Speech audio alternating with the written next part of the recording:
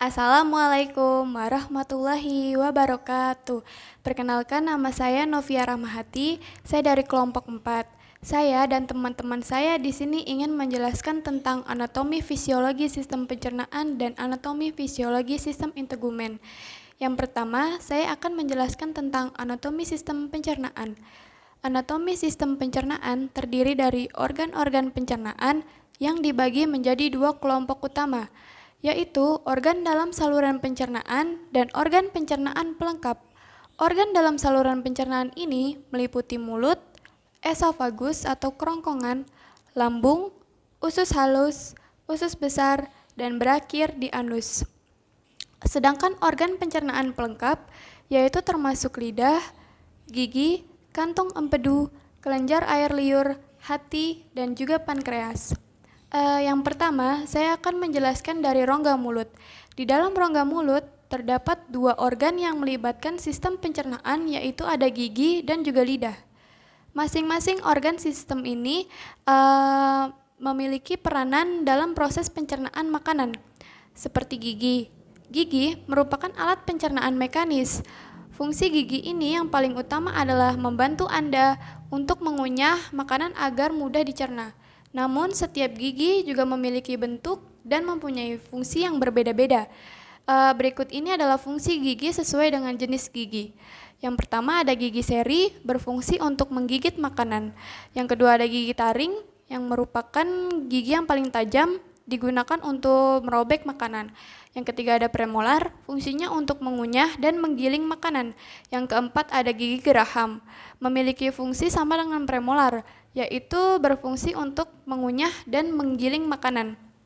Serta ada gigi geraham bungsu yang muncul paling akhir pada usia 18 sampai 20 tahun.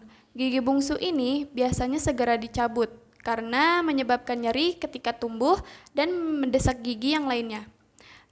Yang kedua ada lidah. Permukaan lidah ini dilapisi oleh lapisan mukosa yang penuh dengan bintil-bintil atau disebut papila yang mengandung saraf pengecap.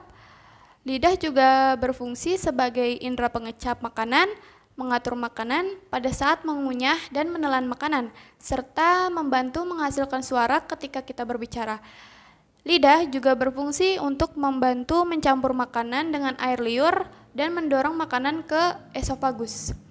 Yang kedua ada sistem pencernaan faring atau tekak.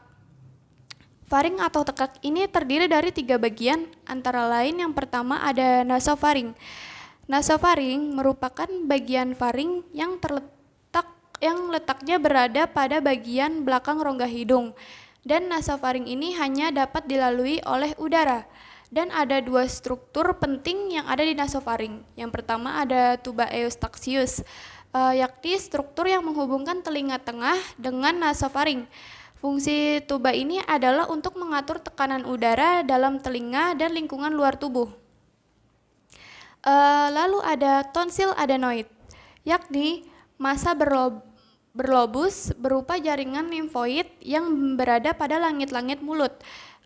Fungsi tonsil adenoid ini adalah untuk melawan bakteri atau organisme berbahaya, menghindarinya agar tidak masuk ke dalam hidung dan mulut. Selain itu juga dapat menghasilkan antibodi untuk melawan infeksi. Sedangkan yang ketiga ada orofaring. Orofaring adalah bagian faring yang berada di belakang rongga mulut. Orofaring bisa dilewati udara dan juga makanan, sehingga berperan dalam sistem pernapasan dan juga sistem pencernaan. Selain itu, orofaring mempunyai klep yang disebut juga dengan epiglotis. Fungsi epiglotis adalah mengatur makanan agar tidak masuk ke saluran pernapasan. Ketika menelan makanan, epiglotis akan menutup dan saluran pencernaan. Ketika bernapas, epiglotis akan membuka saluran pernapasan. Bagian yang ketiga ada laryngofaring. Laryngofaring ini adalah bagian akhir dari faring. Laryngofaring ini mampu dilewati udara dan juga makanan. Laryngofaring ini dilapisi oleh sel epitel. Laryngofaring ini merupakan tempat pertemuannya saluran pernapasan dan saluran pencernaan. Ketika menelan makanan, makanan akan masuk ke dalam saluran pencernaan dan saat itu maka saluran pencernaan akan tertutup. Untuk itulah ketika kita makan, kita tidak bisa menelan sambil bernafas. Yang ketiga, saya akan menjelaskan tentang kerongkongan. Kerongkongan ini adalah saluran yang menghubungkan mulut dengan lambung. Saluran ini merupakan jalan bagi makanan yang telah dikunyah dari mulut menuju proses pencernaan selanjutnya di lambung. Otot-otot kerongkongan memindahkan makanan dengan gerak peristaltik. Ini adalah kumpulan kontraksi dan relaksasi otot yang menimbulkan gerakan seperti gelombang sehingga makanan terdorong masuk menuju lambung. Pada ujung kerongkongan terdapat sphincter atau otot-otot berbentuk cincin. Otot-otot ini memungkinkan makanan untuk masuk ke lambung dan kemudian menutupnya untuk mencegah makanan dan cairan naik ke kerongkongan. Yang keempat, saya akan menjelaskan tentang lambung atau ventriculus. Lambung adalah bagian saluran pencernaan yang melebar. Lambung dapat menampung makanan 1 liter hingga mencapai 2 liter. Lambung juga memproduksi enzim yang membuat pencernaan menjadi lebih mudah dan juga lebih lancar. Di dalam lambung terdapat 3 enzim. Di antaranya ada enzim pepsin yang mengubah amilum menjadi maltosa atau glukosa. Enzim lipase yang mengumulasi lemak menjadi asam lemak. Dan ada enzim tripsin yang mengubah pepton menjadi polepeptida atau asam amino. Bagian dalam lambung ini memiliki banyak lipatan yang disebut dengan rugae. Bagian inilah yang memungkinkan lambung untuk meregang saat asupan yang masuk ke sistem pencernaan. Berdasarkan bentuknya, lambung dibagi menjadi 5 bagian, yaitu yang pertama ada kardiak. Kardiak adalah bagian lambung yang berhubungan langsung dengan esofagus. Bagian ini berbentuk seperti tabung kecil yang sempit. Yang kedua ada fundus. Fundus merupakan bagian yang berada di atas badan lambung dan berbentuk seperti kubah. Yang ketiga ada badan lambung. Badan lambung adalah bagian terbesar dan utama dari lambung. Yang keempat ada antrum. Antrum adalah bagian di bawah lambung yang menampung makanan sebelum dilepaskan ke usus halus. Yang kelima ada pilorus. Pilorus adalah terowongan yang menghubungkan lambung dengan usus halus. Sementara itu, berdasarkan lapisannya, anatomi lambung terdiri dari 4 bagian, yaitu yang pertama ada mukosa. Mukosa adalah lapisan lambung yang paling dalam. Di dalam lapisan ini terdapat sel yang akan memproduksi enzim pencernaan serta zat-zat lain yang dibutuhkan untuk proses pencernaan. Yang kedua ada submukosa. Lapisan submukosa ini adalah lapisan yang menggiling mukosa. Lapisan ini juga terdiri dari jaringan ikat, pembuluh darah, serta saraf. Jaringan ikat pada submukosa berfungsi untuk mengaitkan dengan lapisan yang ada di atasnya. Terakhir, saraflah yang akan mengawasi kerja lambung dan mengontrol kontraksi otot polos dan sekresi saat pencernaan sedang berjalan. Lalu ada muskularis. Lapisan muskularis adalah lapisan yang paling berat karena lapisan ini terdiri dari 3 lapis. Muskularis merupakan lapisan yang terdiri dari otot dan akan memberikan kemampuan kontraksi pada lambung, serta menggerakkan makanannya yang sudah dicerna ke organ pencernaan lainnya.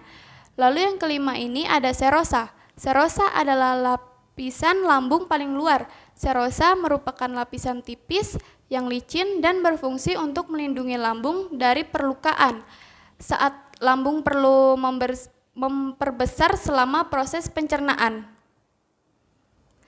Lalu selanjutnya, yang kelima saya akan menjelaskan tentang usus halus.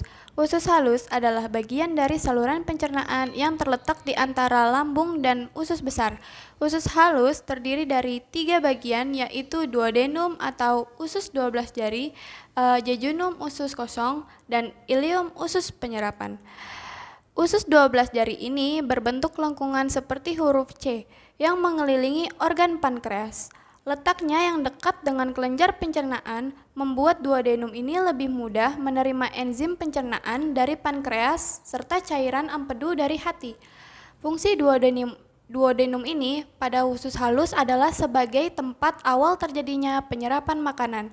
Selama berada dalam duodenum, makanan akan diuraikan menjadi zat-zat gizi yang lebih sederhana agar dapat diserap dan diedarkan oleh darah.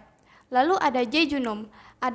Jejunum ini adalah bagian usus halus setelah duodenum. Panjangnya kira-kira sekitar 2,5 meter dan lapisan dalamnya tersusun atas banyak lipatan yang disebut jonjot usus atau villi.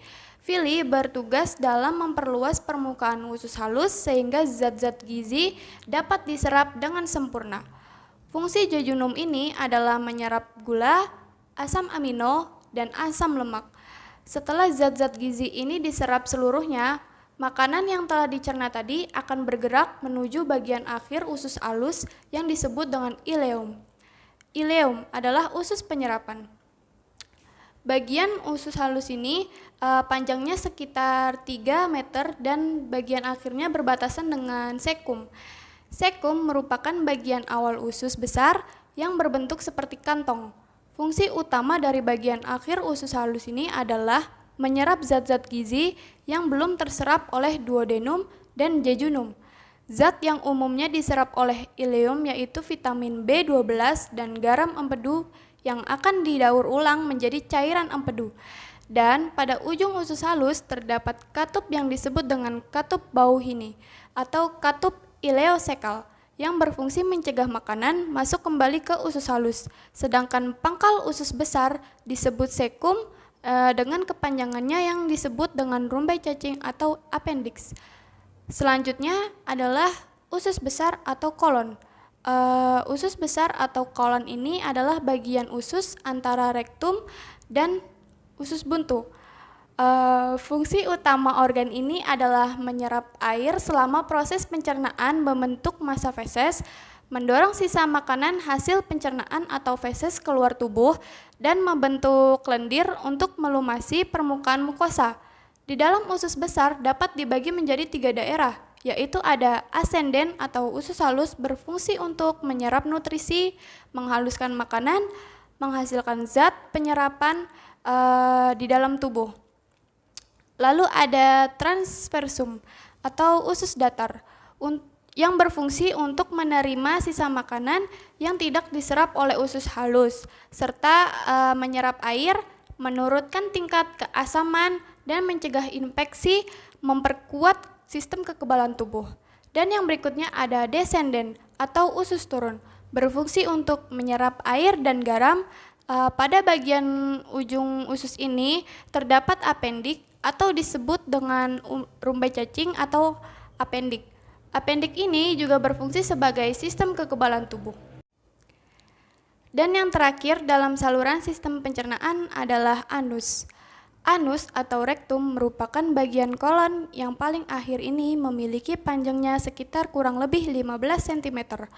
Organ ini berfungsi sebagai tempat penyimpanan sementara feses, menahan feses agar tidak keluar secara tiba-tiba, membantu feses keluar dengan gerak peristaltik. Pada anus juga terdapat otot volunter yang dikendalikan oleh kehendak kita. Terima kasih.